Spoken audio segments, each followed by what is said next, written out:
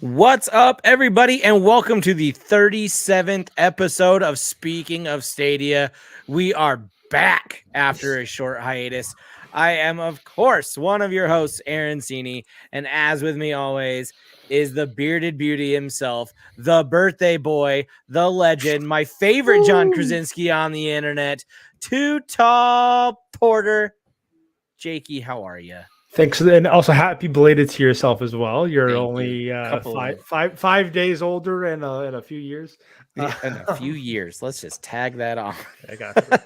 But no, I had a good quiet birthday. Played some board games. Did not go play disc golf because the weather was unfortunately terrible. Although it's beautiful today, like 78 degrees today is awesome. I did not want to work at all. I was very distracted because of how beautiful it was. But happy to be talking to you guys today. So. We had the historical low for April 13th today at 10 degrees. Oh, wow. Yep. Never in Colorado has it been that cold on April 13th. But I digress.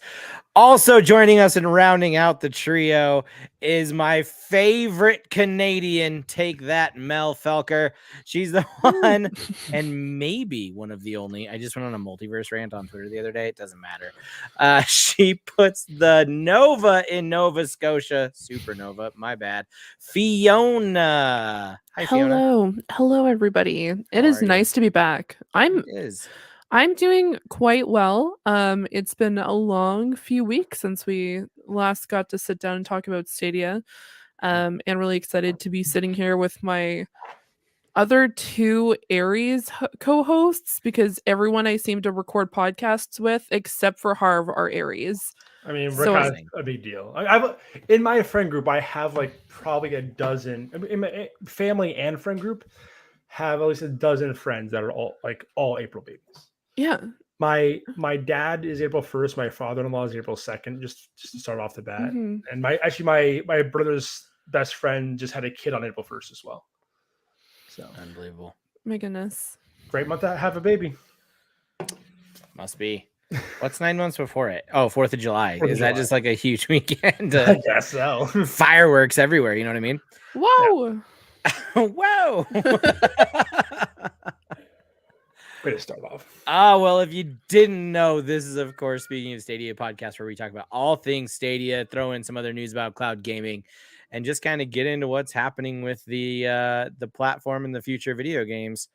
Fiona, you mentioned it's been a few weeks since we've all sat down together. You know, it's only been a couple weeks since me and Jake sat down face to face. Wow. First time ever. With Kevin Smith, no less. Silent Bob himself, who was incredibly disappointed that we weren't recording together now that we were face to face. Should have asked him if we could have used Smodcastle, the new podcast studio he has right there in Red Bank. There you go. Yeah, we're right next to it. And actually, the brewery I'm drinking tonight, they're right down. They're the one I wanted to go to if they were open, right down the road from the quick stop. Yeah, and East Coast, man, y'all have the weirdest closing dates. Like, I go to New York on a Monday, and they're like, oh, yeah, a bunch of stuff is closed on Monday. We go to Jersey on a Tuesday, and Jake's like, yeah, all the breweries closed on Tuesday. A lot of breweries are closed from a lot are closed from Monday to Wednesday because it's usually when they brew and just easier not to let people in the middle of the day. Y'all got to get better. Colorado, they brew and have a tap room ready. Hey, we went to a brewery that was open on Tuesday, so we did, and it was good. It was tasty. Which brings us to our first segment, which combined, what are you playing / drinking? Let's start with what are you drinking? You just said it was from the brewery you wanted to go to that hated me and was closed, but what is it? I like to be an asshole and call it epitome, but it's epitome. Yeah, it's a black IPA. I like it a lot. It's one of the better, like, smoother black IPAs I've had. So 10%. So nice. Speaking of IPAs, I am drinking a hazy IPA from Horse and Dragon, which if you ever make it out this way, I will be taking you guys to. It is delicious. They also make the best stout in Colorado. It's called Sad Panda, and restaurants everywhere tap it. Like, it's a very small brewery, but that is the one beer that they absolutely mass produce because their coffee stout is unbelievable. Nice. And Fiona, what is in that lovely mug I saw you sipping from? Actually, I'm drinking tonight. I'm drinking a cranberry gin smash. Wow. I poured it into this mug because I'm like, I just feel like drinking out of a mug. So I'm drinking out of a Snorlax mug that says, but first coffee on it. But why not drinking booze from coffee mugs? That's amazing. Oh my god, this is how I drink everything. I have a coffee mug from Founders that I got because they do the breakfast beers, the breakfast stouts, and I went to there's a really, really good bar that one of my buddies actually worked at, where they do this whole breakfast thing where they make like French toast with the stout, like make it's a bourbon barrel aged stout, so they do the cream. It's awesome, and they would give out free mugs and stuff. This whole pajama party too, so you wear pajamas. It's great. That's amazing. We have a restaurant here in Fort Collins that has incredible cinnamon rolls. They've been around since 1903. It's one of the oldest restaurants in Fort Collins. Damn. But every year they partner with one of our local breweries to make a cinnamon roll ale to go with. Like, you go in and get breakfast and try the ale with it. It's so good. It's great. I love this because collabs. Yeah, beer and breakfast. How can you not? Beer and breakfast. So moving on from drinking, what have we been playing, everybody? Fiona, let's start with you. What have you been playing lately? Well, even though everyone thought I was going to be coming into this podcast talking about Final Fantasy 14, the critically acclaimed MMORPG. I didn't actually make that the description. So. Wow. I've never heard about it. Could you tell me more? Well, it's a game. It's critically acclaimed. You can actually play for free up until level 60 with Heaven's Word expansion. No, I haven't been playing that this week. I jumped on yesterday for just to like load up the new updates, 6.1. Do your usuals. Well, I just stood in the main city for like a good solid 30 minutes until I switched over to Legends of Runeterra. So I played that for a bit. And I've also been playing a indie game by General Interactive, which is my goodness, Chinatown Detective Agency, which is a game that I've been waiting for since last year. So I've been playing that and it's been a lot of fun. There have been a few hiccups here and there while playing it, but overall it's been a really good experience. I would highly recommend it. It's available on Game Pass, which I was not expecting. So I've just been playing it on there and it's been awesome. I streamed it 2 nights this week and I plan on streaming it later this week as well. But yeah, I've just been playing those games. And then I also played a Stadia game, which we'll be talking about in just a little bit here. So I'll hold off for just a little bit because we're going to be talking about it with the new releases for this month. But yeah, that's all I've been playing. And I've been watching The Blacklist because James Spader is amazing and carries that show on his back. And I'm only on season 2. So amazing. Yeah. Mr. Porter, tell me all about it. What have you been playing? What have you been watching? Yes, so we I have not been playing as much games as I want to. In terms of variety, I did play. I've been playing a lot of Tunic, is what I've been mostly playing because that game is absolutely adorable, and I've been waiting for that game for 5 years now. So I played it at PAX East. I want to say 5 years ago, and it's been a while. So I was really excited to play that game. I didn't actually have time to sit down and really play these games, but I did do a little test while I was out waiting for my wife at the doctor's because we had car issues and whatnot. So yeah, I did a little test of through on 4G Luna, xCloud and Stadia, just to see how they did with it. It was an Xbox controller, Bluetooth connected, and Guess which one actually ran the best of the three between Luna, Stadia, and xCloud? Stadia. No, actually. If you say Luna, I'm It's shutting Luna. my camera off. It was Luna. This was a good podcast, was somehow everybody. Luna. I know. Real Peace fun out. I was very impressed. I was very surprised by this. So xCloud's latency wasn't bad. It was just unviewable. It was just a mud. The whole screen was mud in terms of pixelation. Stadia, it looked the best, but then it was super delayed, like 10 seconds delay. It was terrible. Luna, it was looked fine. The latency wasn't bad, but the only thing was it was like chopping here and there randomly, so it wasn't perfect. But of all of them, it was the most playable. I was super surprised by that because it's not like something that's optimized for mobile play. It's not really optimized for anything. So I was very surprised by that. So just a little. You are praising Jeff Bezos on this podcast. I hate Bezos. Bezos can die in a fire. Not really. Don't wish pain on people. I am going to go hand over to you what you've been playing because I think someone wants me to say goodnight to them and they're being it's way past her bedtime. So she needs to go to bed. So you do that. Fee, I've been also playing an indie game. Not a ton of people have heard about it. 6-1 Indie might have covered it. I don't know. It's called Elden Ring. And now I'm leaving. I set you up so well. I was so excited to talk about anything other than Elden Ring. Too bad. Here I am. I have never been a Souls-like person. And I am now pressing 60 hours into this game. Porter, I'm of course talking about my favorite indie game of the year, Elden Ring. Oh, Elden Ring, great indie game. Tiny little studio. Anyways, they've only made a few games. They've only made a few like very insignificant games. But yeah, I can't believe how much this game has it hooked into me. I've tried Dark Souls, I tried Demon Souls, I tried Bloodborne, I tried Sekiro. And all of them, Sekiro, I got the furthest in and then immediately gave up. I was like, I just can't do this. It's too punishing. But Elden Ring, I don't know what it is. I love to just run around and find random dungeons and go over and over and over until I finally beat it. And yeah, so I am not one to sink 60 hours into a game like this at all. And I'm loving every freaking second of it. Also really enjoyed Forbidden West. Thought that was a lot of fun.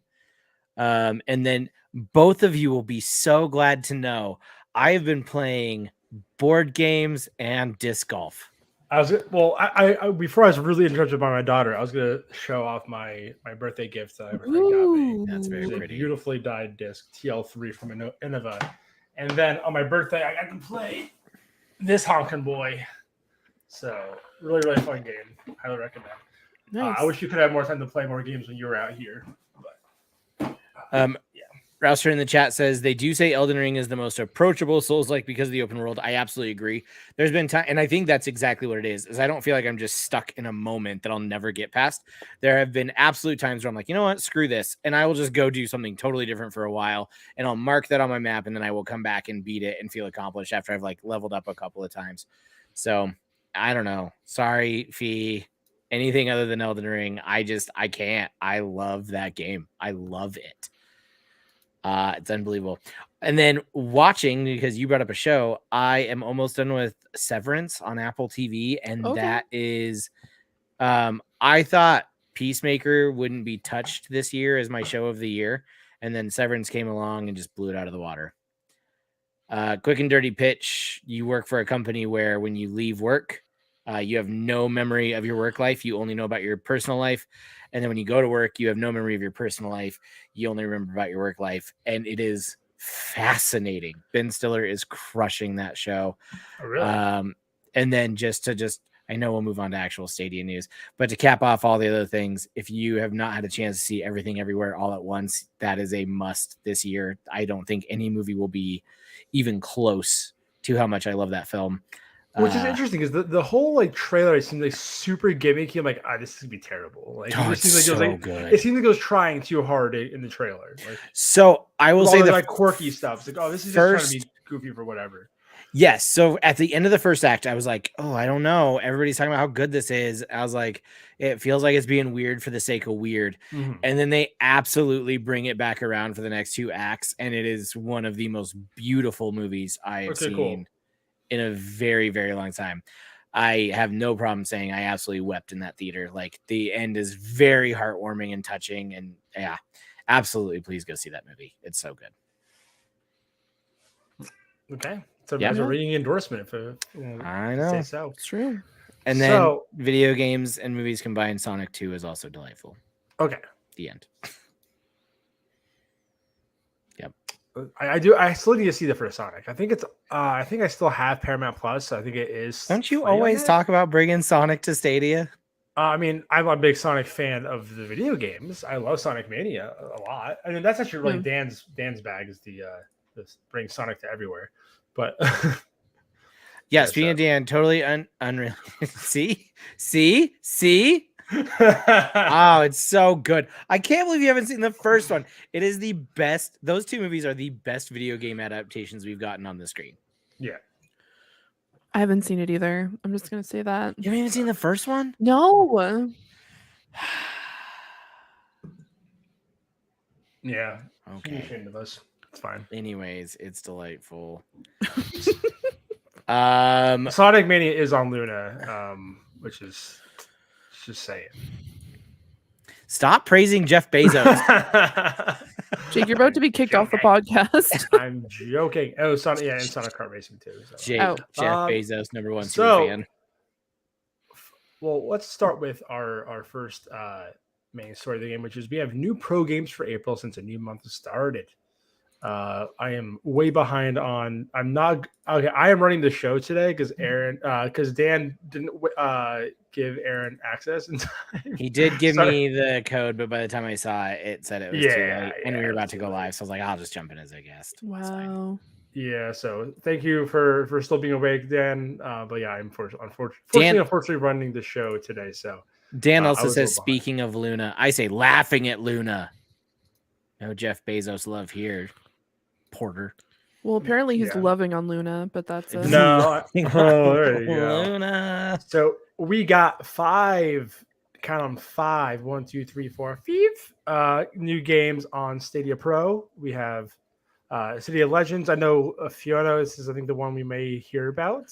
Delivers to the Moon, which has gotten delayed and we don't have a date on. That's another future thing. And World War Z Aftermath, which came a little bit later than the first.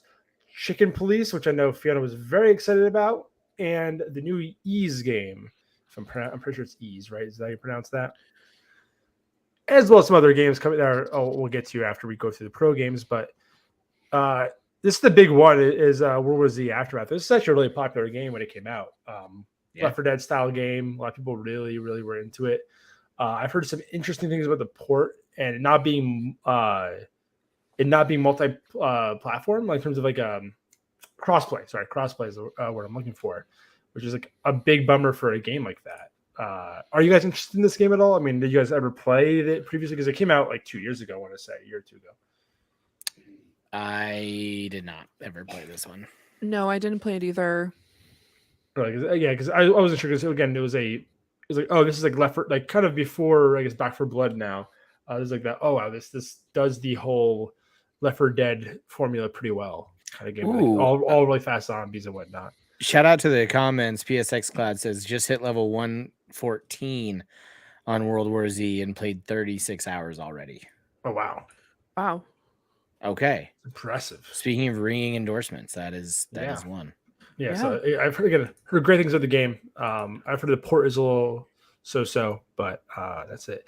Delivers to the Moon, which is a sci-fi space thriller. Looked cool. Looked like really pretty for what it was. This is a game that's been out for a little bit. It's getting ported over to Stadia. This was supposed to come out on April 1st, but did get delayed. And that's a future article we'll talk about. We don't have a date at all, right? Just no, I don't think we have a date yet. No, I think it's still up in the air, which is kind of a bummer. And then I guess I'll let Fiona talk about City Legends. Sure. City of Legends. What a game. Mostly because I played like I think 4 hours of it and then I just kind of stopped. I do plan on going back to it. But the quick synopsis here is Afraid of Ghosts, then this might not be the game for you. Delve into the history of the Order of the Witches and unravel its mysterious past in a chilling hidden objective puzzle game, which I don't know. I played Adam Wolf, which was the hidden puzzle. That was last month. That was last month, which I honestly think is so much better than this one. Okay. The gameplay is just very weird, and the idea that like this secret like society of witches is like after people, and this particular like witch that has now become like essentially this demon ghost that's trying to come and kill you and put you back into a camera, and then you go to a specific mansion. And I think I got really kind of confused about the fact that you go to this creepy ass mansion in the middle of nowhere, and the woman who's running the house is just like, I don't know anything about the Spellmans, but like you go outside and there's a sign that says Spellman on it, and then she's just like, I'm actually a part of the secret society. And I'm like, no shit. I'm like, I don't even know why I came into the house. Like, why did I come into here? And then they're trying to apparently sacrifice me, and like that's just like, I was like, you know what, this story is very like, you're trying to like make it very like, I don't know, there's some attempts at jump scares, and then the story just seems very disconnected. And so I don't know, I'm gonna be honest, would I recommend playing this? I don't think so. But yeah, it is definitely, it lives up to the name of a hidden object puzzle game, but it's definitely not my favorite. I do apologize for the people who made City Legends, but I don't know. I'll probably go back and try to play the full thing just so I can say that I like can say hands down that I wouldn't play this. But no, I don't know. It was a very odd game. Also, the animation's very like weird because they definitely have like still pieces of art and then they're moving it, so they like morph it so it looks like people are talking, and so it's just very off-putting in a way. I don't know. Okay. Yeah, that's my thoughts on it. My apologies, guys. But, yeah. Did you play Adam Wolf? I did play Adam Wolf from start to finish.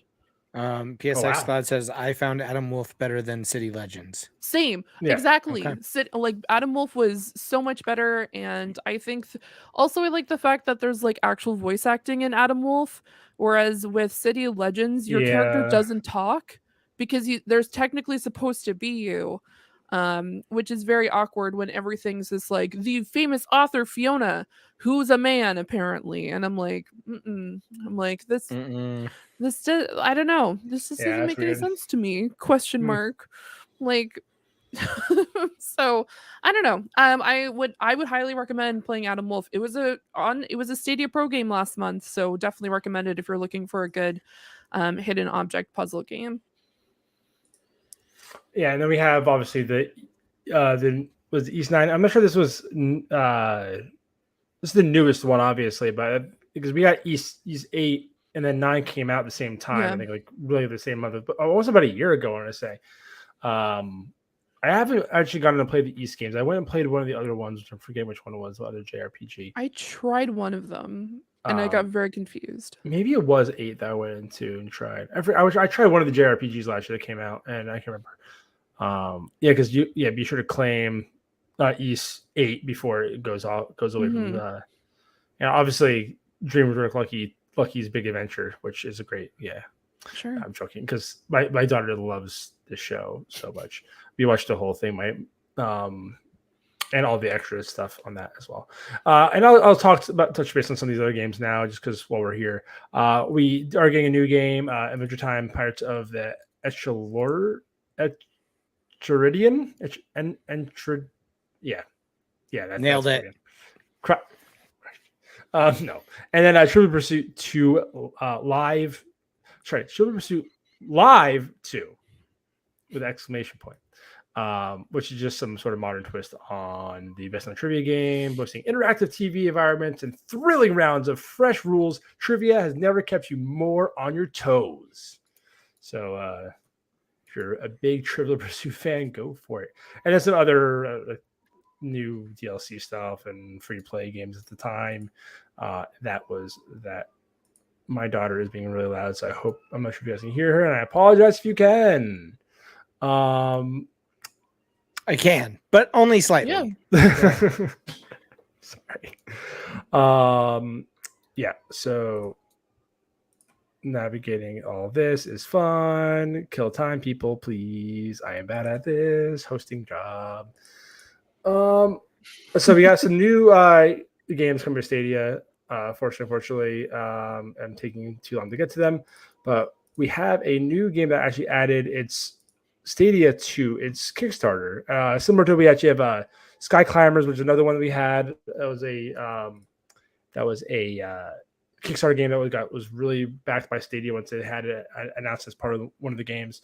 So we actually recently found out that the codes for Stadia are going to be a little delayed. So they're actually going to be giving us PC codes and then Stadia codes later for the early access stuff. So nice. I'll give you, again, I have 2 codes for between the 3 of us. So however we want to distribute those, who wants to jump on that. But that game looks pretty fun. So we have another, again, Project Z. So not to be confused with World War Z. It's a different zombie game. A lot of zombie games. Yeah. And there's a whole nother zombie game coming out too, with like the zombie dinosaurs. Oh yeah. Yeah. Let's look at this while we talk about it. So I have not actually seen what this was. It looks like a survival zombie game in the middle of the woods in first person. I'm into that. To the actual gameplay. Can you get me to the actual? It reminds me of The Forest a little bit. Okay. Yeah. It looks pretty. I mean, this is gorgeous. all early footage, but looks fairly pretty. I could not play this game, but it looks amazing. Why do you say that? I mean, I would throw my Stadia controller. Yeah, the idea of walking around in the woods, trying to survive. Yeah. I would throw my Stadia controller. So that would RIP that Stadia timeline. If it had co-op, sure. You'd probably just hear me screaming into the microphone. But yeah, it looks like it has co-op or something. I'm not sure if this is actually co-op or just an NPC. Let's see. That'd be entertaining if it did. Yeah, if it had co-op, that'd be really cool for a co-op survival zombie game. Because I feel like that's like the best way to go about zombie stuff is to do co-op. But nice. It's not even out on anywhere else right now. This is all. It's a Kickstarter, I believe, if I'm not mistaken. Okay. So yeah, it is a co-op shooter. So there you go. We're gonna play you and I together. Yeah. So they. So let's see how this Kickstarter is doing. And I just get a watch. I want to play. What? Oh, you said you and Fee together. Oh no, you can just watch. There's only two players. That's all. Oh no, it's okay. So it's not on. It has not launched yet. It is not launched at all. Yeah, it is. There's a notify to launch me. So yeah, you can just go follow that on Kickstarter and go check it out. Yeah, it launches. Oh, end of the month. So yeah, April 29th. I didn't see the tweet from them. Yeah, Aaron, you can just replace me after 10 seconds after I break my Stadia controller. After just freaking out. Oh my god. This just reminds me of when I played Resident Evil 7 with VR and I just proceeded to say this bitch isn't worth it and tried to get back into the Jeep to go home. It did not work, guys. You can't just leave.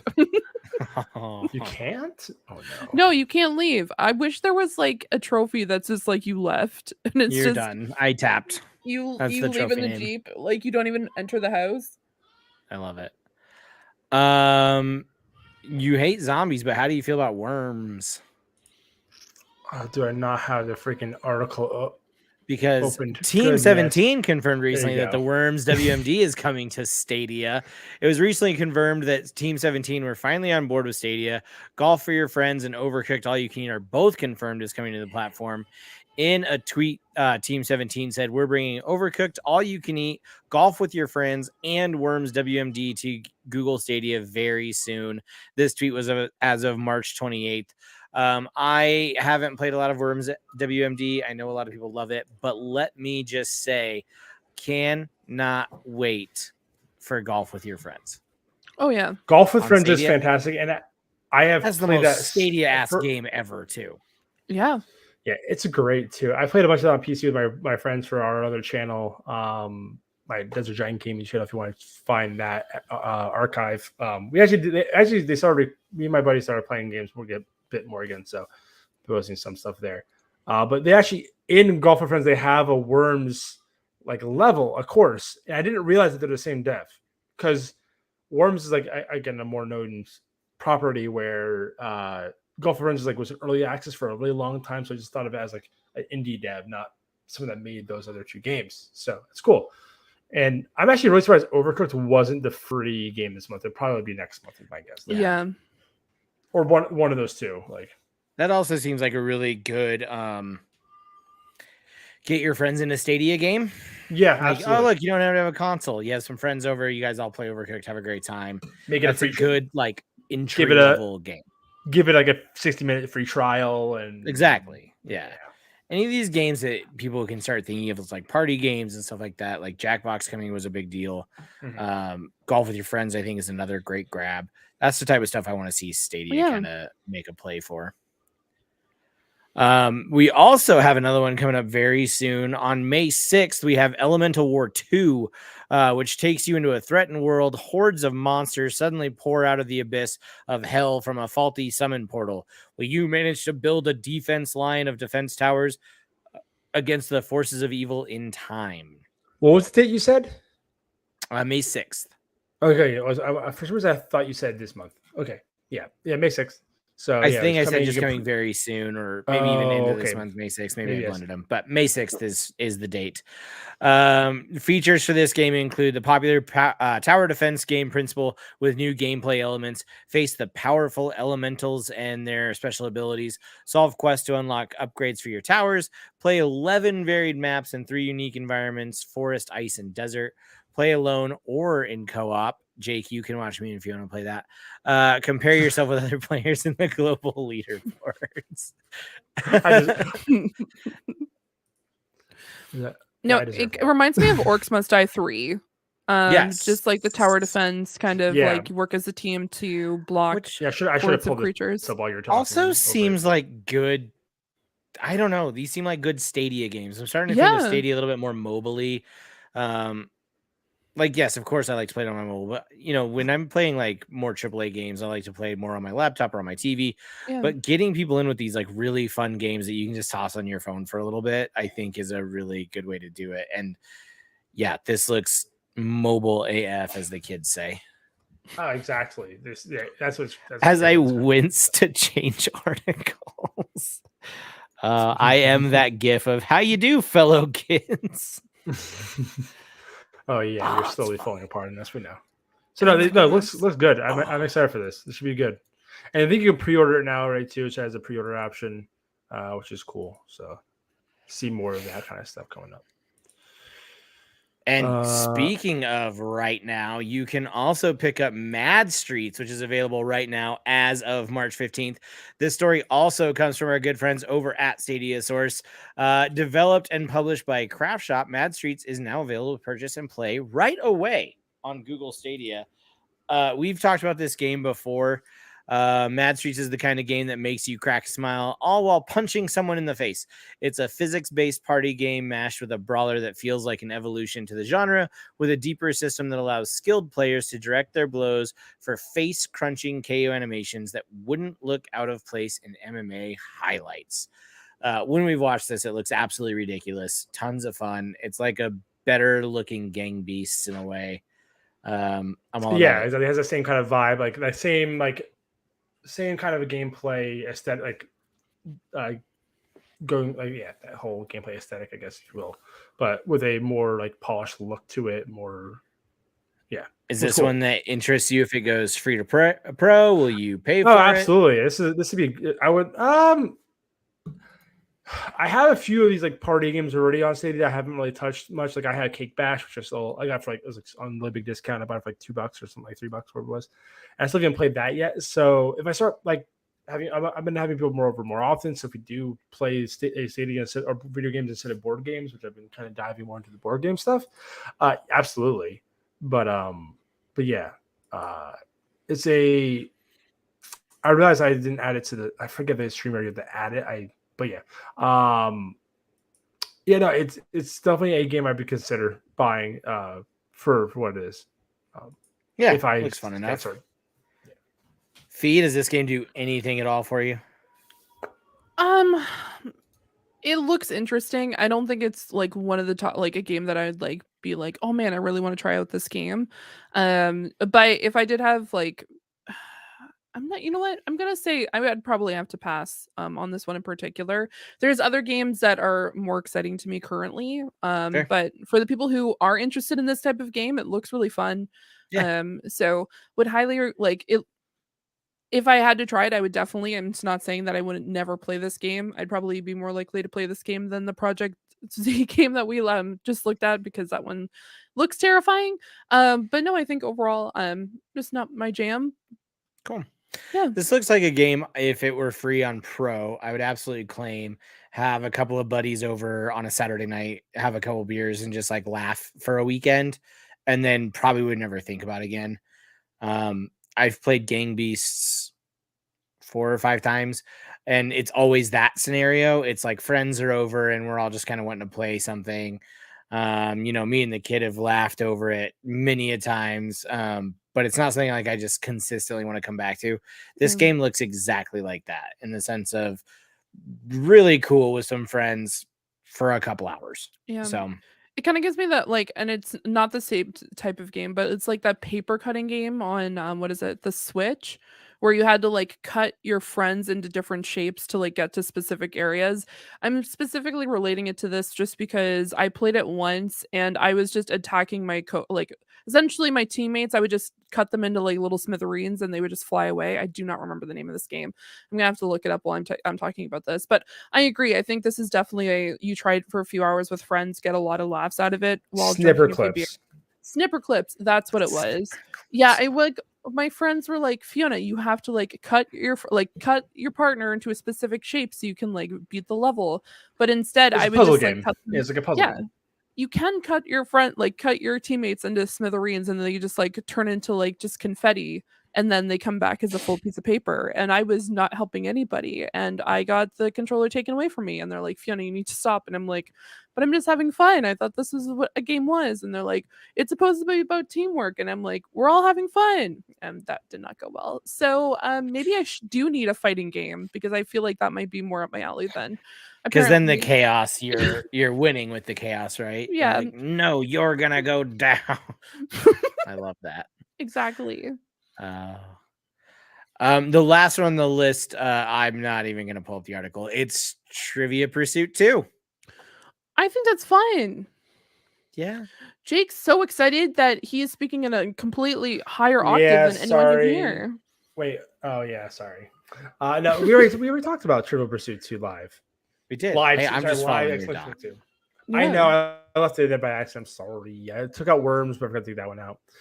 That was also why I was just not like, Worms, that's sorry. okay. We don't need to pull it up. Yeah. But I did have something ready for after that, which we have some. Well, I channeled my inner Aaron with this banner, so please, no. Aaron, go. Delay, more like a delay. That's so good. Oh, there we go. Delivers to the Moon, delayed for Stadia, which we kind of talked about a little bit already. Unfortunately, yeah, no date as update since then. It was supposed to be April 1st, like delayed. Like this is March 31st, so like the day before. Like, hey, by the way, it's gonna be delayed. We don't really know when it's gonna here. That's rough. Which is kind of must have been a real big game breaking bug that they found out. I'll say I'm less disappointed by this news because of your headline. Real proud of you. I am a proud papa. Yeah. I gotta make you proud. So So yeah, that's just what it is.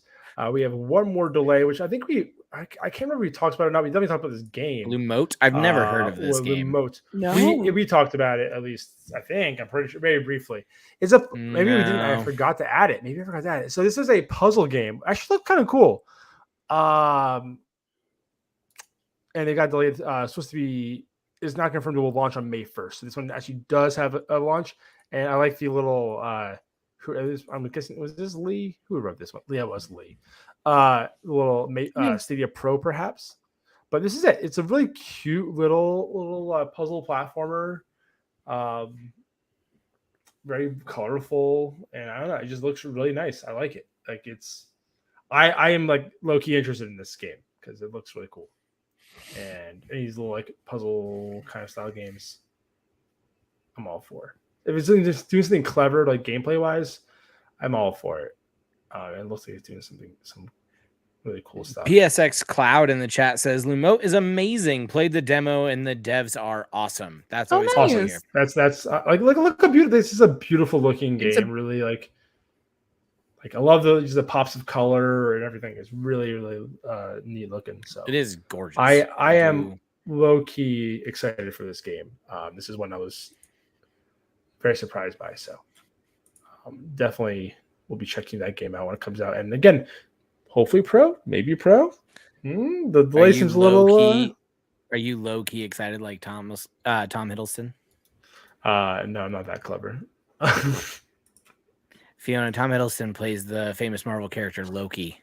Oh, thank you. If you weren't aware of, thank you. I was not aware that he played Loki. I appreciate this source of knowledge that you provided me. You didn't cackle at my joke, so I assumed that meant it needed explaining. No, I'm still trying to like get over the delay over like delame. More like delame. You're welcome. That's so good. Thank you. And I appreciate that.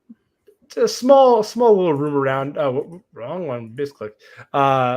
Little rumor around that we have of a game getting rated for Stadia as always, and we'll come back to the whole games getting rated for Stadia topic at the very end of this fun little article that Lee put together for Stadia Source here, so which is a really cool talking point. Yeah, those who remain, which looks interesting, right? Yeah, this is it. Do you have the stuff up for? I'm ready for you, baby. Okay, yeah. I got that. So yeah, you got the trailer playing. Developed by Camel 101 and brought to us by Wired Productions, Whisper Games.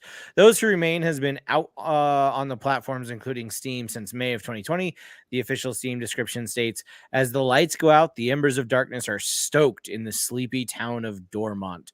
Confront uncomfortable horrors, keep your sanity in check, and survive the night in the story-driven first-person psychological thriller. We are watching the trailer now. Fee, talk to me. Is this your jam? Is this an absolutely not? What do you feel? Okay. Well, one thing for people who haven't seen this trailer, they're actually playing The End of the World by Skeeter Davis in the background, which is very reminiscent of Fallout because this is one of the games that does play on Fallout Radio. Wasteland Radio. I'm saying Fallout Radio. I'm interested mostly because it's about the unknown. And recently, I don't know why, like there's a specific scene in the trailer where they're walking into specific rooms and then they go into different places each time they enter a different room.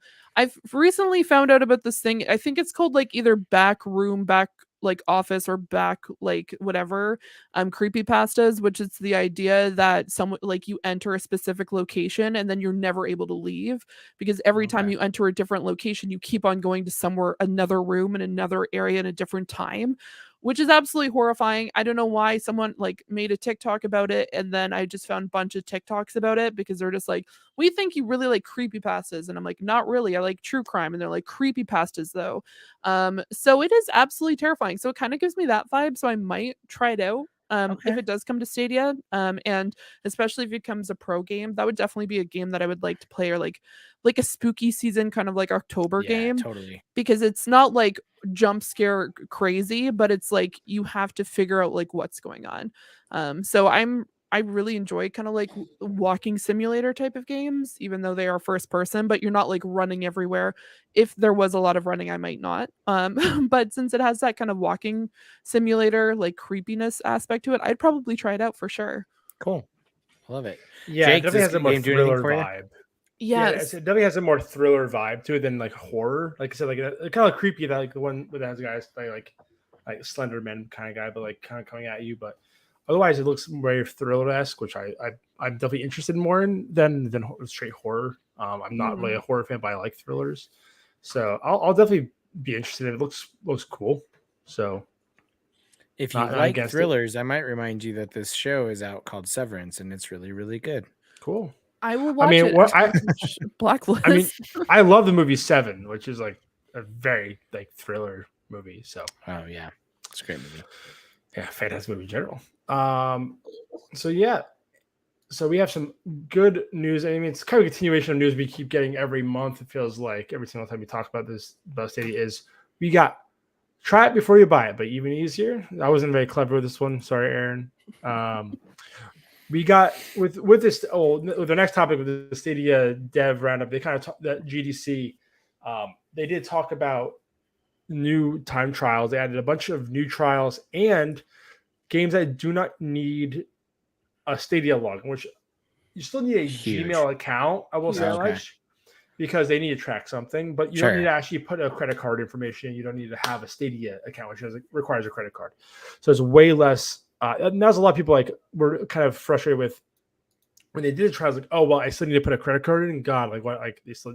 But no, what do you want? Like what am I going to get charged for secretly? Yeah, totally. No, but they added Grime, which is like awesome. Like give 2 hours. 2 hours with this. 2 hours of Grime is. Yeah. This game is fantastic. It's a game I keep like sitting. I keep like clicking to go play. I'm like, I keep playing other things. Like I didn't want to go back to this game so bad. Like so good. It's like not my favorite aesthetic. Although like my friend has Kingdom Death Monster, which is a board game with very much this aesthetic, but even more body horror.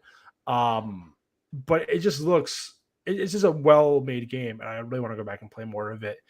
Moto GP 21, which we're not getting 22, unfortunately, I'm pretty sure this year, which is sad. Because a lot of people, especially the European people, love racing this game. So it's a bummer we're not getting this game. But again, 22-hour trial of that.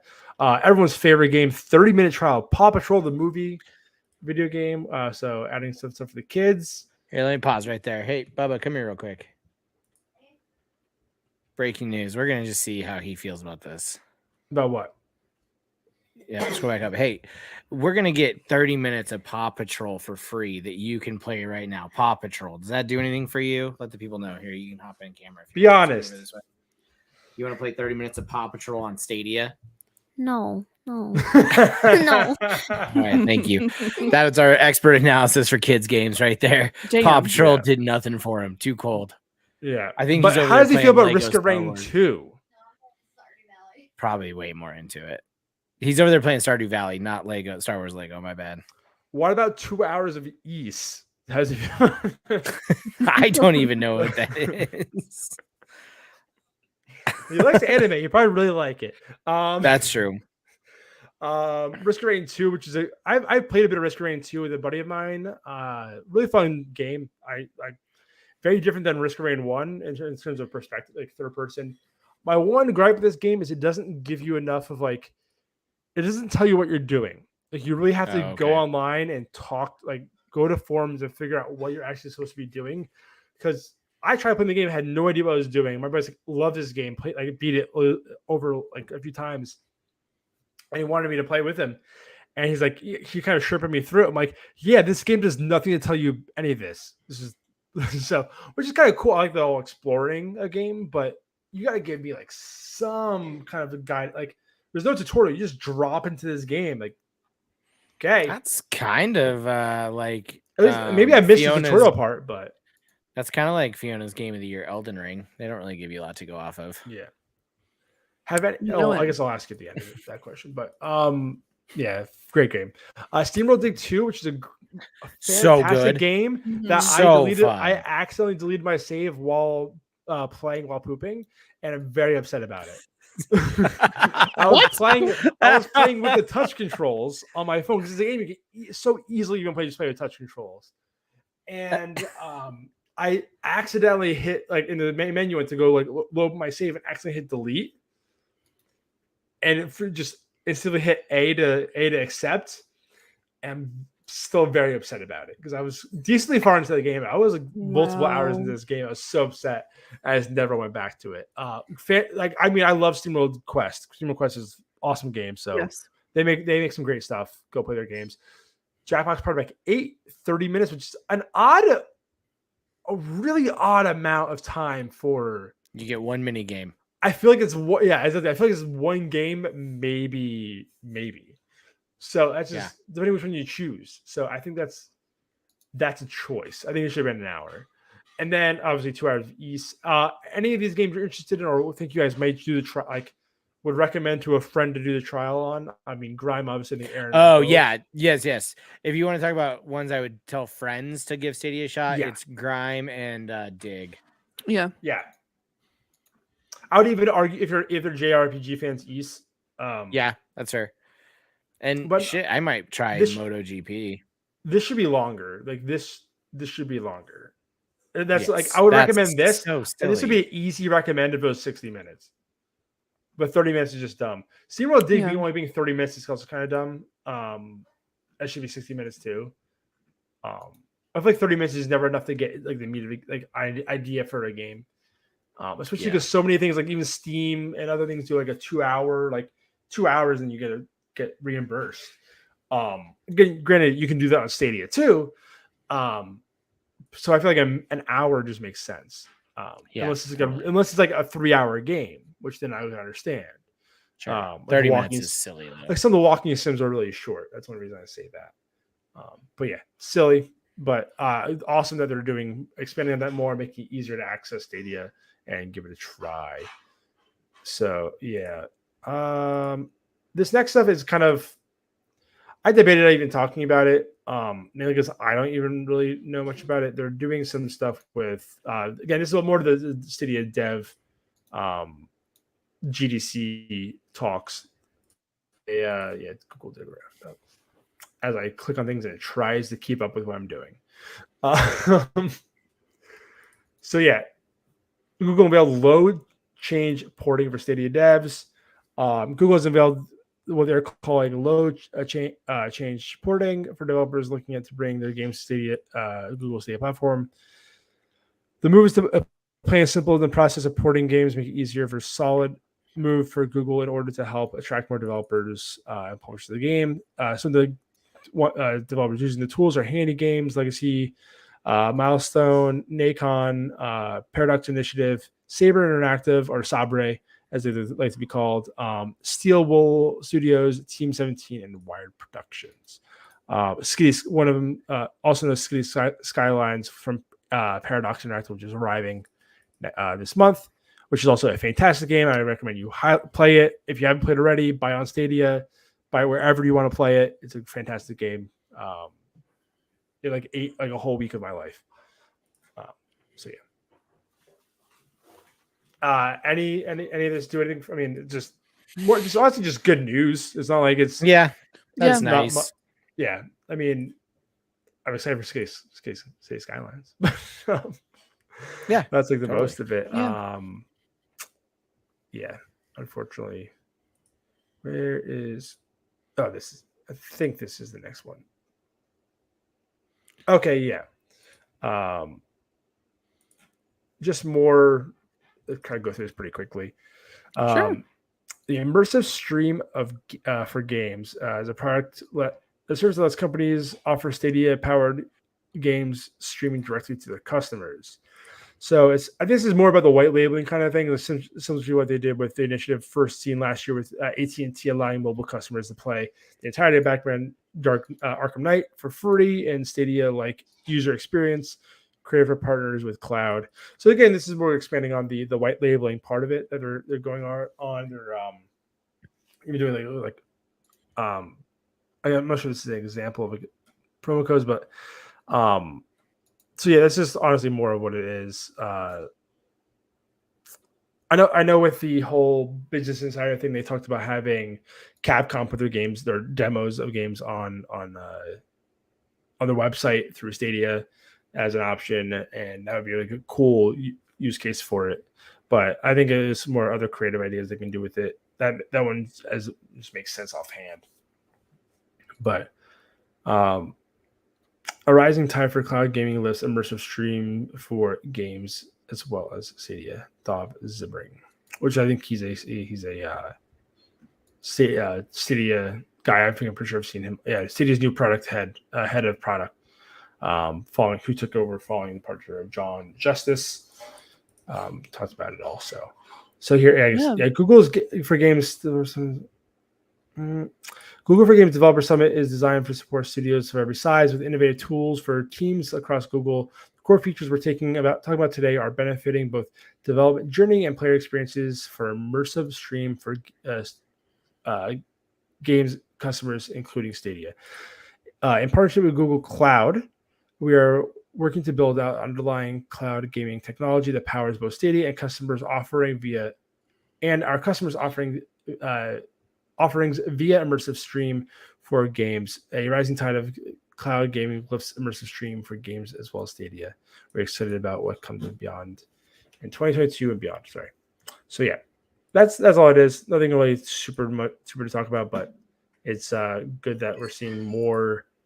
I mean, I know take where you leave. I'm not sure what your guys' opinion. I think both of you guys' opinions are good on the white labeling, although it seems like it's taking away from the Stadia itself, based on the Business Insider thing. But yeah, it's kind of like that last episode we talked about, right, where they said they were only going to dedicate like 20%. So to the Stadia side of things, I don't mind them white labeling even a little bit. I wish they wouldn't have pulled so many resources personally. But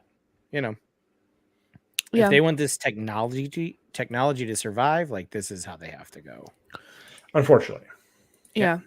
No, I agree. I think that if they wanted to continue to do what they're doing, I feel like, especially with the amount of like what Aaron said, the amount of resources that they've taken to do that, and also the studios that they shut down last year, I feel like the only way to kind of succeed currently, other than just bringing on other games, is to offer white labeling to continue on with, because I feel like that could be really helpful and kind of move Stadia along a lot further, with the option of doing white labeling.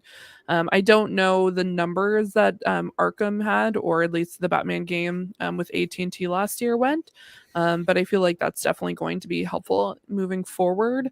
Mind you, once again, I'm still a little salty in some cases, but at the same time, I feel like this is probably their best move currently. Yeah, I agree. Yeah. And I guess on like the whole like 20% on Stadia, 80% on white labeling kind of thing. Like one of the things that came up this past week on Twitter was, so the game Everspace, which is on Stadia. I know Travail, friend of the show, fake Stadia fan, fake face of Stadia, I should say. Fake face of Stadia. Let's just say that again. Yeah. And the oldest man on the internet, it turns out. Wow. Yeah. So I know he was a big fan of Everspace when it came out on Stadia. He played a lot of it there. They actually had, because the thing when Stadia came out was like, oh, everything could be 4K 60 frames. Like that's what everyone expected. But of course not the case. Some games came out at 1080p, 1440p, or 30 frames per second as well. But they actually put a patch out to make the game on Stadia 4K and 60 frames per second, actually, which is awesome that they're still supporting Stadia in that way. But apparently they tweeted like, hey, so like we put this patch through to certification and it meets all their certification specs that we know of, and it hasn't been pushed through yet. So someone from Stadia answer like, what's up? And they had no issue. I think it finally got pushed through yesterday. So it took like a day or two to actually, like, probably over the weekend to get pushed through. But it just kind of speaks to like how much are they really looking at Stadia now if they're waiting for a game on cert for a month, which is just kind of disappointing.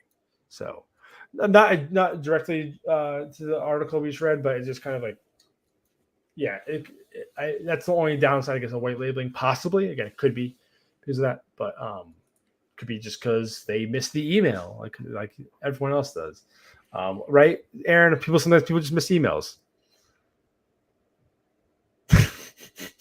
I did give me 20 literally right before this show and talked about Mel not seeing the email from Greg. Wow. Yep. So talk about pouring salt into an open wound. Yeah. Thanks, Jake. You're welcome. Sorry. No, it's okay. It's a great episode. Not to plug a different podcast in the middle of this. Oh one, yeah, it's but, fantastic. I think I listened to the episode. Your story of was it a Starbucks that one?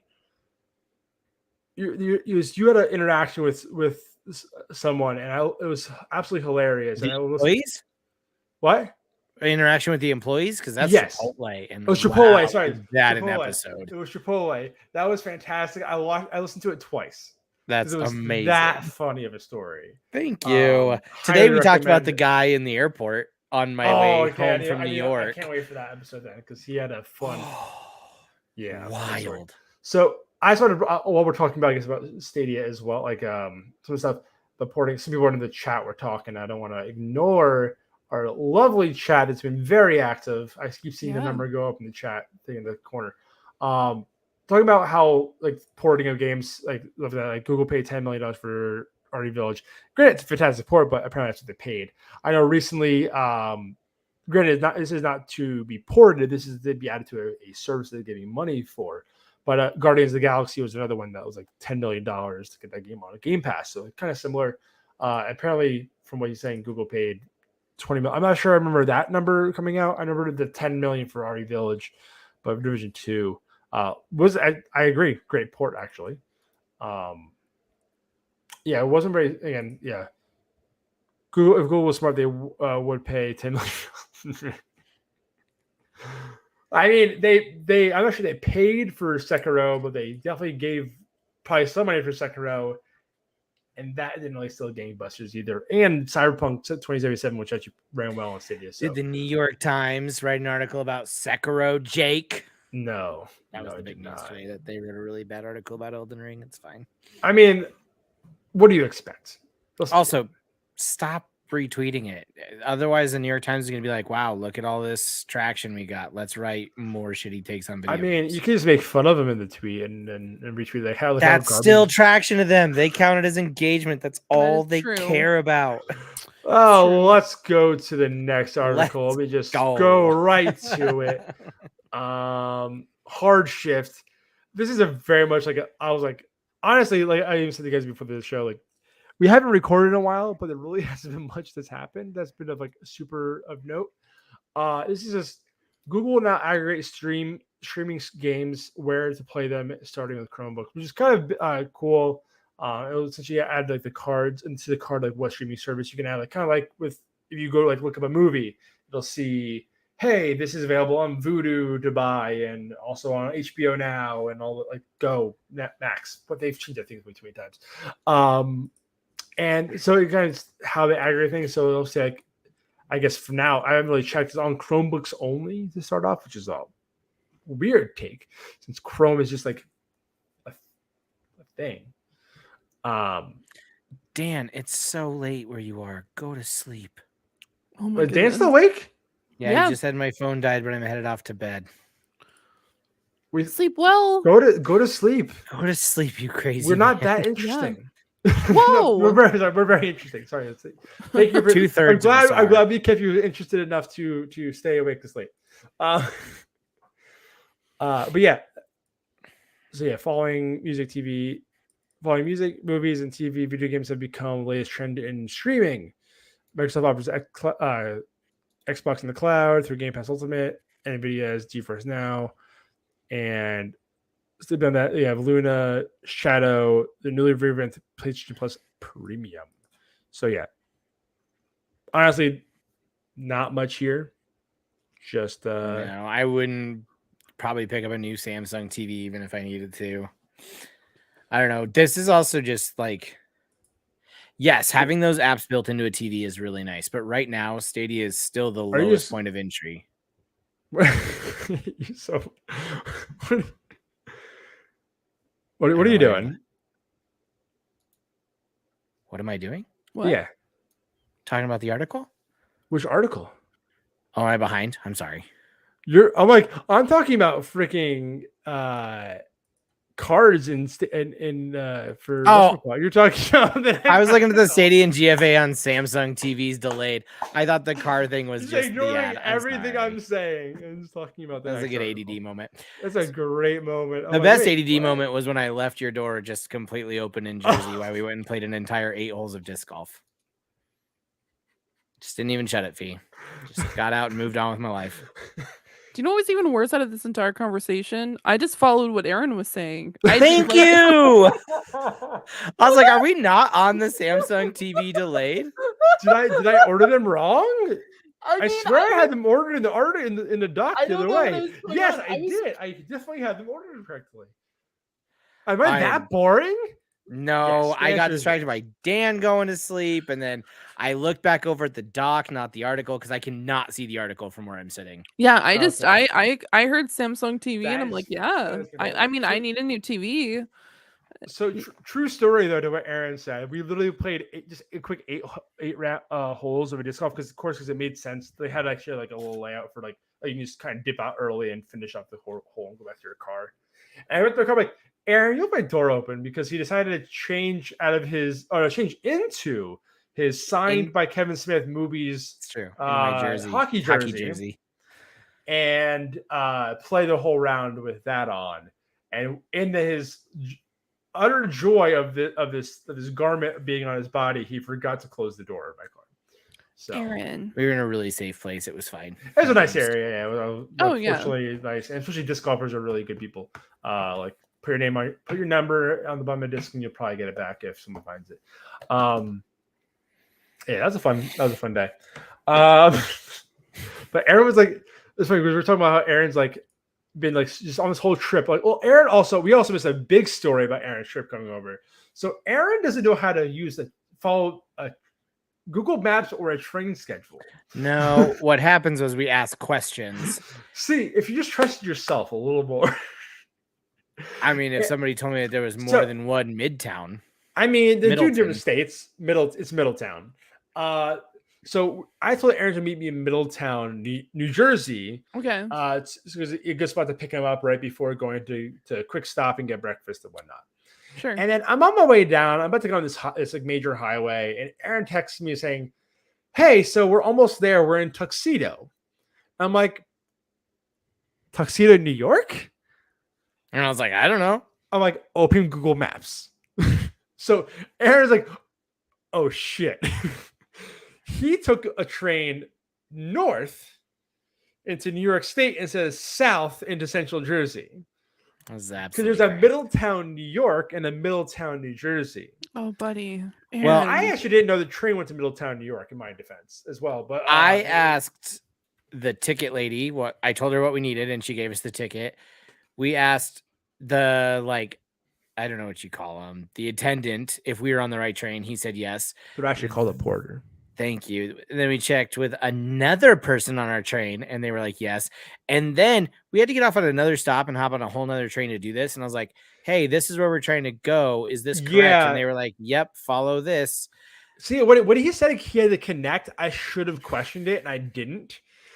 And I regret that wholeheartedly. Because I'm like, you shouldn't have to connect, because the train should go right from Penn Station to where you're going. It should, unless you got on a train as early, you can get back on. Like there's no reason to connect, but I shouldn't have asked the question. Wow. Oh, you're in Aberdeen. Oh, look at that.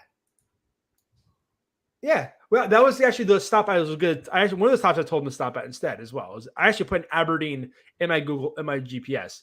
We went to Red Bank, actually. I know you're from New Jersey. That's awesome. Yeah, I'm from North Jersey. But yeah, we went to Red Bank and went to Quick Stop and went to Secret Stash and met Kevin Smith at Secret Stash because he happened to be there in the right window to meet Aaron. You know what? It was a really fun time. Like fate. Like I feel like this was. Yeah. This has happened. I mean, it worked out. Almost it's a good day, regardless. Smith, it's been just wildly lucky. And you're right, Fee. To your point, what if I didn't take the wrong train? We might have gotten there too early to meet him. Man. Yeah.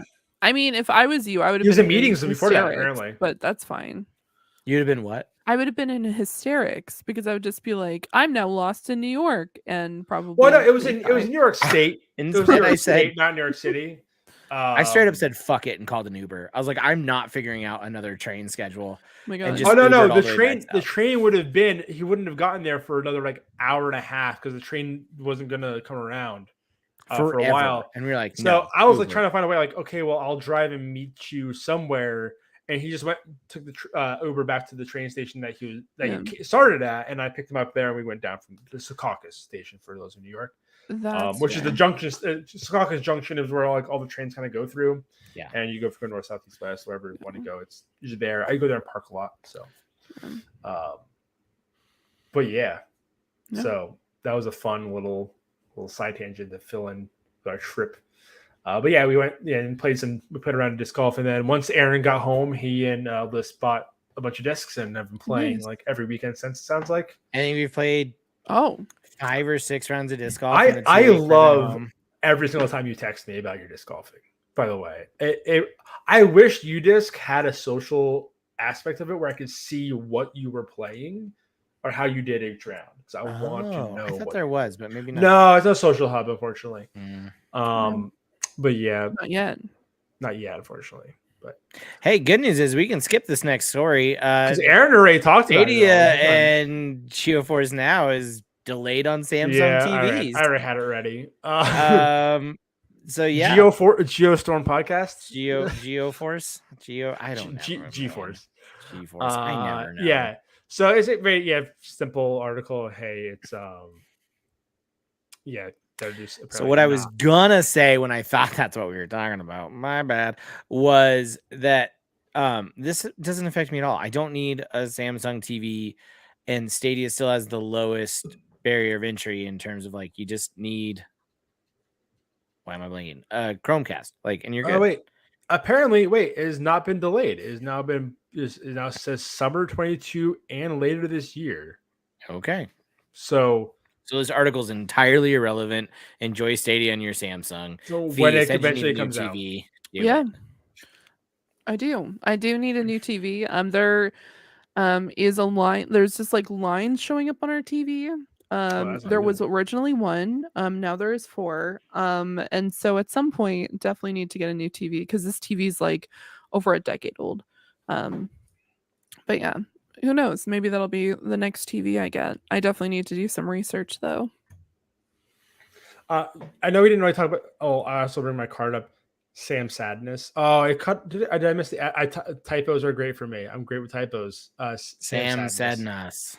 So yeah, that was my card for that. Sorry, I'm not as clever as you, Aaron.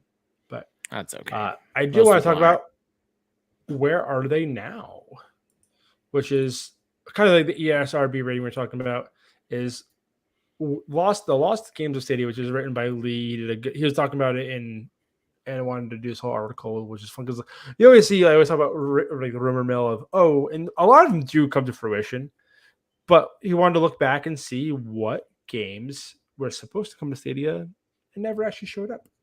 This one being the highlight of them all, but we'll get to that when we get to it. The Last Kids on Earth and Staff of Doom. I remember The Last Kids on Earth being on there. I don't remember the staff. Oh, it made it the title. That's the whole title. It's just the title, which I ended up buying this game for my kid on Switch. How do you like it? He loved it. The new book just came out. It comes to Friday, which he's very excited about. He loves this series a bunch. And yeah, he was stoked that it was coming to Stadia, and we were like, well, we're not going to wait. And he got it on Switch. Damn. So what is the whole premise of the show? Is it a book? It's a book series, yep, that turned into a Netflix cartoon series, which then turned into a video game. And it's straight up The Walking Dead for kids. Cool. That's good. Yep. So yeah. My kid was the main character for Halloween 2 years ago. I remember that. Adores this series. Awesome. But yeah, no, I mean, I don't know. You just want to talk about, not that it was going to do gangbusters or really move the needle, but when you delay this stuff, we go find it elsewhere, and that sucks. Because he was excited to kind of play this wherever he wanted, maybe on a laptop, maybe on the TV or whatever, but the Switch just did it for him, and that's just what we did. Yeah, it's a bummer. Surviving the Aftermath, which is a game again I do not remember. Post-apocalyptic title. Yeah, I don't remember either. Was rated for Stadia back in 2020, so like a while ago, and never officially released. How do you not put Football Manager on Stadia? Yeah, I know. They had Football Manager 2020, so we thought it was like, oh, it's a sure thing. It's common, it's easy peasy. Still, because that's one of the first games was Football Manager 2020. Something you want to just do on your phone. Manage a football team. Yeah. And it's odd because, before we skip the Football Manager, he's here on the same day Stadia version was rated by Peggy. The game was also rated for PS4 and Switch. Those versions came out later that year. But and given that we had confirmed recently that City Skylines, also by the same publisher, was announced for Stadia, it's kind of odd that they didn't. That just didn't come out. Perhaps we could be seeing a fruition of the deal between the Stadium Paradox and Fnatic Interactive. Smith Effect, so it's just kind of an odd choice that they one of their games came out without the other one. Usually, you feel like, oh, that's like a bad deal between the publisher. They decided not to go through with it. Then why would they put their other game on Stadia? But I digress. Yeah, Football Manager is on choice because, again, like I said, we got Football Manager 2020. Yeah, let's go back. The launch it was one of the 11 launch games, and then not the sequel actually got rated is odd. Mafia Definitive and 2 is like one people are still angry about because some people love this series, and yeah, I think this one is worth actually kind of reading the little blurb from Stadia Source. Probably the two most prolific and most talked about titles that were announced for Stadia but have not yet arrived. The saga started back in March of 2020 when Mafia 3 and its DLC were rated for Stadia by the ESRB. Roll on to May 2020 and Mafia Definitive Edition and Mafia 2 were then both rated for Stadia by the ESRB. Now, just days after these ratings, it was officially confirmed that the Mafia trilogy was indeed coming to Stadia. However, it was also confirmed that the Stadia version of the games was delayed due to the COVID pandemic. This was further relayed to Stadia Source in August of 2020, where we were told the game was delayed until further notice. Rolling a little further on to November 2020, and all three Mafia titles were again rated for Stadia, this time by Peggy. However, there were still no official confirmations of a release date.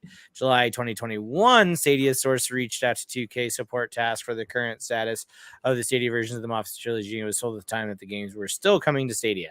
On October 1st, 2021, Mafia 3 surprise dropped on Stadia as an additional Stadia Pro title.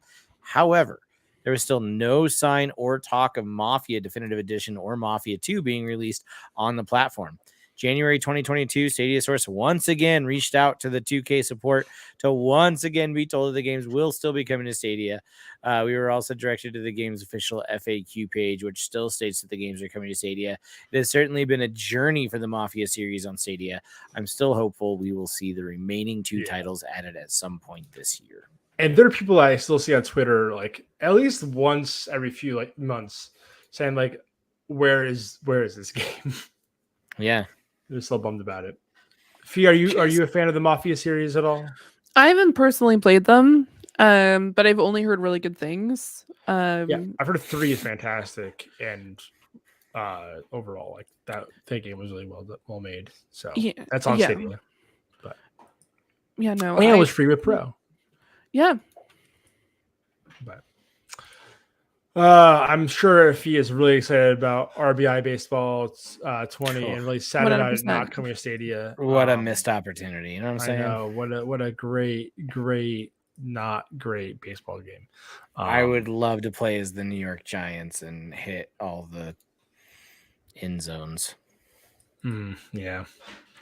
Baseball's back though. Let's be honest. Baseball season. I was very pessimistic about the baseball season actually starting with the lockout, and the fact that it actually happened, I'm really impressed by. Did you hear that, Fiona? He said Bezos is back.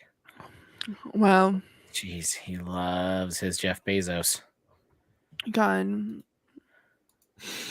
I can't wait for his new podcast, Loving on Luna. On all podcast location. Follow his. I literally canceled my Luna, then re-upped it just because it was like I wanted to try. I wanted to get my last like a bit of it before I probably cancel it again. Because if you don't subscribe before, if you didn't subscribe before April 1st, it was going to go up to $10 from the $6. I don't want to make the same mistake I made with GeForce Now, where they said all of a sudden like, hey, like after today, if you have GeForce Now, it's going to go up to $10, and you're not, if you already have it now, you're going to get locked in. They give us any warning, like Luna, like Beesbo actually did. Yeah. Follow Jake's lewd profile on Bezos fans. Man, I can't wait for Luna to ever come to Canada. When it's going to cost us $50 at this point. I can't wait for it. 45 with Prime. Yeah, how are gas prices in Canada? Are they like $10 a gallon, $10 a liter, as you say? No, it's about like 150, 160 a liter currently. I got to do the conversion on liters to gallons now. How many liters are in a gallon? Okay, so 3.78 liters. You said how much? And you said how much is about what? Like right now, let me see gas prices in Nova Scotia. I don't know. This is the hard hitting news you people. So it's 165 currently. So okay, that's expensive. Okay, that's pretty expensive then. Yeah, it's expensive. Yeah, I got like gas $3.25 a gallon. Oh, that's actually lower than I thought it would be. Where ours is, I got mine for $4.04. So okay, yeah, no, people are wasting their most of the gas waiting in the Popeyes chicken line, because we just got a Popeyes for the first time 2 weeks ago, and I've been twice. The first time I went, it took 2 hours to get food. Surprised. And today it took about 30 to 40 minutes. And it was bonkers. You gotta love those lines when like a fast food chains, like which is funny is like Chick-fil-A is the one place where no matter how long it's been there, there'll always be a line. I don't understand. I got Chick-fil-A at like 10:30 at night, and there was a freaking line, like full line. I'm like, why? Oh yeah, I just got out of the hospital. I was wanting some freaking chicken. And what do you know people have been doing? Like, random side note, like we were standing, like we had already ordered, so we we're waiting for our food, and this guy comes in with this massive bag of Popeyes, and he's just like, oh sorry, I'm like, because we were just like right beside the door, and we told him like, oh yeah, like the line's actually over on the other door, and he's just like, no, I have this massive bag of Popeyes, and none of this is what I ordered.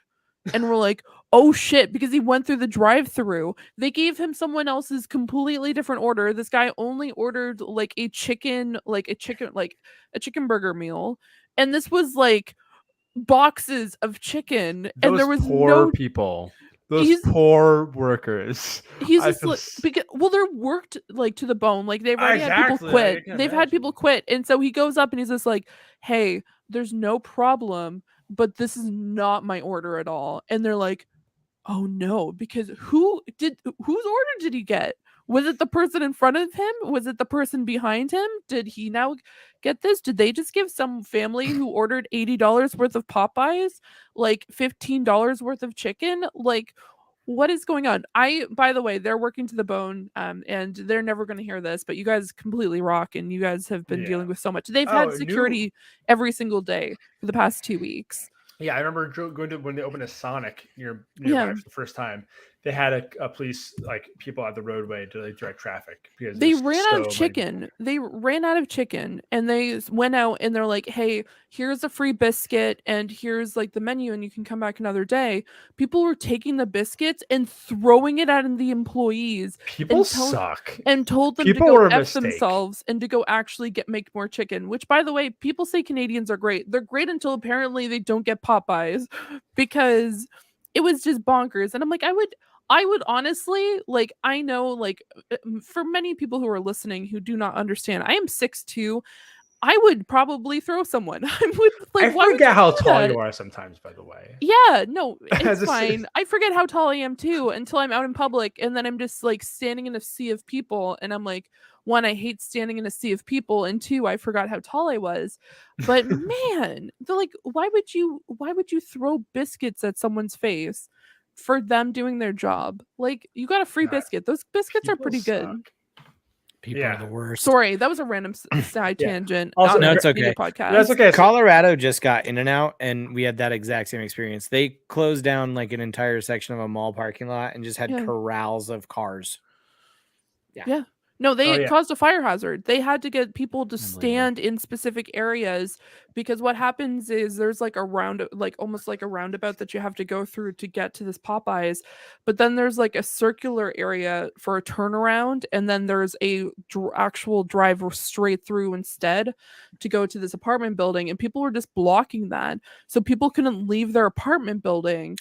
Because that's the only road in and out of that apartment building. And so people would like get mad at the people who are trying to get home because they're like, go F yourself. We need to get chicken. And they're like, I literally just want to go home. I don't want Popeyes. And so apparently there was arguments. There was they've had security, like I said, and they've had to, it was originally supposed to be open until 10. It's now only open until 8 for the time being because they've like run out, like they've lost staff and because of busing. Because they're going nuts down there. So, on our gas topic, the chat has been very active. Wow! Oh my goodness! Yeah. So, we have prices in Vancouver about $194. So you're on the low end apparently. And Rastor makes a great point. Is $164 in Canadian is $131 in USD. So for conversion, it's still apparently about. I thought he had it in there. From what Stadia Man says 5 in the USD, 584 in British Columbia, which is bonkers. UK 155 a liter, and I feel like because the pound it was way more powerful than the dollar. Not quite. It's not used to be. It used to be double, but I think it's like the opposite of USD. So I think that's. That's bad or good for them. Math's hard sometimes, especially after having a 10% beer. About 155 in pounds is $2.04. Oh, so that's a lot. Yeah, so that's like almost over $6 a gallon. Holy shit! Okay, that's wild. No, thank you. Wow. Woo. We really covered some ground tonight. I know. Not a lot of Stadia news, but we covered a lot. We learned a lot about. Also, Ron, definitely come to Canada. No one ever comes to the East Coast, but definitely recommend coming to Canada. Yeah. Also, I want to add. I'm also apparently. I'm not sure when it's actually going to be built, but we're supposed to be getting a Tim Hortons like 5 minutes from my house. Oh wow. Yeah, coming down. I didn't even know that was a thing in America at all. Yeah. The first time I saw Tim Hortons was up in the Finger Lakes of New York. So they have one in Penn Station. And Aaron didn't know where Penn Station even was. Oh. Aaron was thinking Times Square. He's like, I'm going to take a taxi to Penn Station. He's like, wait, I can just walk. Yeah. Yeah. It's got close. I'm like, yeah, that's why I say you can just. I've never been to the East Coast. I don't know why. I don't know. Yeah, I mean, I've been to the city. I go to the city all the time. I was in the city twice last week, so it's fine. But yeah. I'd like to say sorry for those people in Nova Scotia. That was so rude. I agree, Stadia Man. I agree. Those Nova Scotians are not great people. So yeah, man, I don't associate with those people for sure. And just hard left back into our article. Ocean Hearts, a game I didn't know was a thing. It was one of the most puzzling ones of our list. It was a top-down RPG. Ocean Hearts rated for Stadia by the Brazilian rating board, which is like a weird one because if you guys didn't know, Stadia is not available in Brazil. No. So the game was released on Steam in 2021, released on Switch a month later.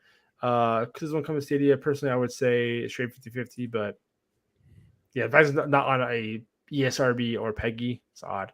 And then, of course, the sad one is Borderlands, the pre-sequel, which I heard is not a great game, and Borderlands 2, which is a fine game, from my understanding. I only played a little bit of that, and then obviously we have 3 on there. But I'm just gonna throw it out there. The Borderlands series does nothing for me. Yeah, Borderlands 1 was really fun and novel for what it was. But as I went on, I feel like it was eating too much of its own lunch.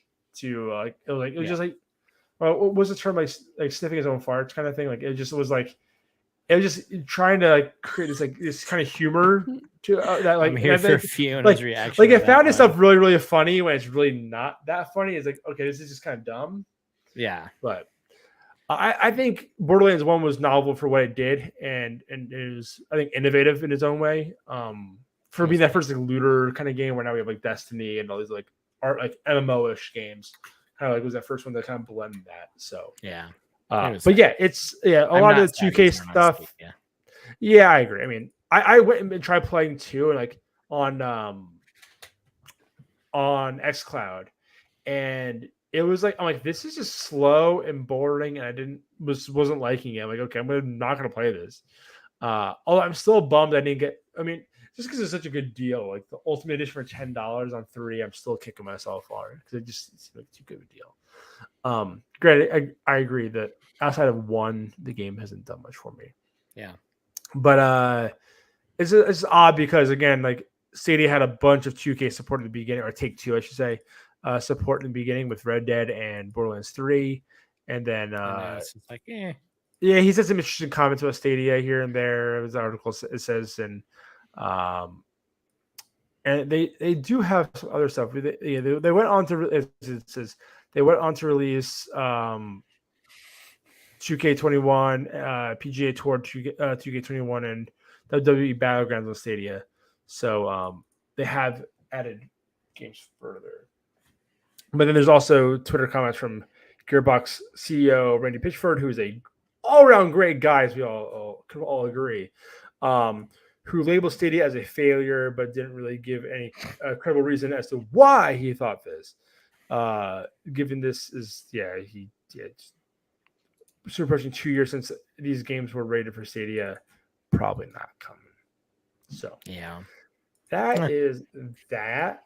I think we've rambled on enough. It's been a longer one than I thought it was going to be because we did a good job of rambling, and I was kind of get used to the hosting legs a bit. Yep. So. But that does it for episode 37 of Speaking of Stadia. Thanks so much for joining us. Don't forget to like, subscribe, and share. All of that good stuff helps us. You can find us on Twitter at Speak of Stadia. That is 99% Jake, unless it's his birthday, and then I take over to throw out a couple of posts. Fiona, where can the people find you? People can find me here.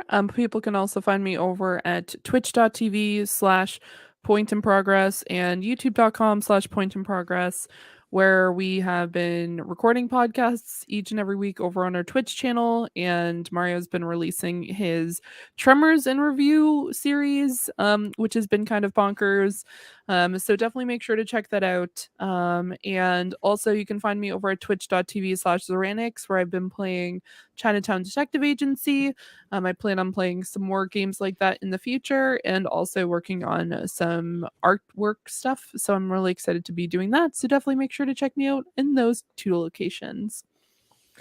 And Mr. Porter, other than at Speak of Stadia on Twitter, where can the fine people hang out with you? I've been trying to tweet a bit more on my I have the banner up at the Too Tall Porter. Yeah, I'll drop those so you can see those all, everyone, if you haven't stared at them the whole day. I also just want to shout out Rouster again. Just be the homie here. He always listens again on Google Podcast. What a guy. Can't say enough great things about you. We'll have to. I wish I knew you were closer. I mean, we could have gotten Taylor Ham with him because apparently he's in Aberdeen, which is like right there. We went to. By the way, we went to Slater's over in. So good. I like my Taylor Ham thin and crispier, and it was thicker cut, which is I'm not used to, but it was still fantastic. Taylor Ham, it's a bologna adjacent meat. I would say definitely different flavor profile, but it's like a ham sausage, like it's a smaller round circle that people use as a breakfast meat. And in New Jersey specifically, and a little bit in New York and PA, but mostly New Jersey. And we call it's the South Jersey people call it wrong. They call it pork roll. It's Taylor ham. Ignore the fact that the packaging says Taylor's pork roll. It's Taylor ham. And yeah, so it's like slap it on a bagel with eggs and some ketchup, and it's freaking exactly delicious. It's fantastic. Their sandwiches were so big at this place that Aaron and Liz both couldn't finish theirs. I finished mine like a proud New Jerseyan because I have to, but I also got mine not on a bagel. I got mine on the Kaiser, so a little less dense. But yeah, I don't know, Jake. I'm looking at Google right now. And it says Taylor's pork roll all over the place. I did say that, but they're wrong. It used to be called Taylor ham, but he had to be told you can't put ham on it because it's technically not ham. So it didn't have enough pork product in it to be called ham. So he had to change it to pork roll. And it also says John Taylor's pork roll. Just want to put that one out there. It does in fact say pork roll. I mean, that can still be wrong. What an episode. And you can hang out with me on Twitter at Aaron Seney, SCANEY for the audio listeners. Come there while I bullshit about Moon Knight or the movies I like or Elden Ring or anything else I've been talking about recently. And that does it for the 37th episode of Speaking of Stadia. Thank you so much for listening, hanging out, watching. We love you all. And until next time, we'll see you then.